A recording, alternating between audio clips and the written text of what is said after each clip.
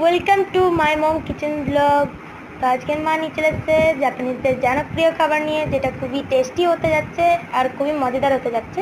তো এটাকে মোচি বলে। মা আজকে ম্যাঙ্গো মোচি বানাবে। তো তার জন্য এখানে আতপ চালের গুঁড়ো আর হচ্ছে দুধের মধ্যে দুধ সাথে এটাকে মিক্স করে নিচ্ছে, দিয়ে এটার মধ্যে কর্নফ্লোর আর চিনি দিয়ে এটাকে ভালো করে মিক্স করে নেবে। তো এটাকে কি বলবো, ব্যাটারটা তৈরি করার জন্য আপনাদেরকে কড়াই নিতে হবে, তার মধ্যে একটুখানি জল দিয়ে ওই বাটিটাকে রেখে এটাকে চাড়া দিতে হবে, যাতে কি এটা হয়ে যাক, একটা ডোয়ের শেপে চলে আসে।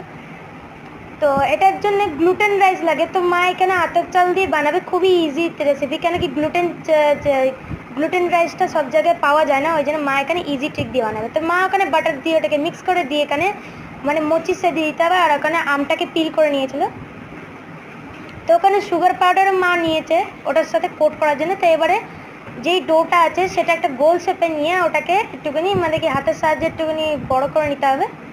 ওটার মধ্যে আমের যে পিল করা যে আমগুলো সে ভেতরে দিয়ে দিতে হবে, দিয়ে ওটাকে চারিপাশ দিয়ে ওটাকে বন্ধ করে দিতে হবে, যাতে কি আমটা না বেরিয়ে যাক। দিয়ে এবারে হাতের সাহায্যে ওটাকে গোল করে নিতে হবে, পুরো সমান করে নিতে হবে। এবার লাস্ট প্রসেসিংটা হচ্ছে যেই চিনিটা চিনির যে পাউডারটা, সুগার পাউডারটা, ওটা দিয়ে কোট করে নিতে হবে। তো এই রেসিপিটা খুবই ইজি, আপনারাও বানিয়ে দেখবেন। যদি ভালো লাগে অবশ্যই লাইক করবেন, শেয়ার করে সাবস্ক্রাইব করে দেবেন, কেন কি মায়ের আরও ইন্টারেস্টিং রেসিপি আসতে চলেছে। তাড়াতাড়ি করে সাবস্ক্রাইব করে দিন চ্যানেলকে, আর বেল আইকনটা জরুর ক্লিক করবেন, যাতে কি সবচেয়ে আগে ভিডিওটা আপনাদের কাছে পৌঁছাক। তো ম্যাঙ্গো মোচিটা এখানে ফাইনালি রেডি হয়ে গেছে। দেখো কতটাই টেস্টি লাগছে আর কতটাই বিউটিফুল লাগছে। তো এবারে আমি এখানে একটা নিয়ে এখানে দেখবো যে কেমন এসছে।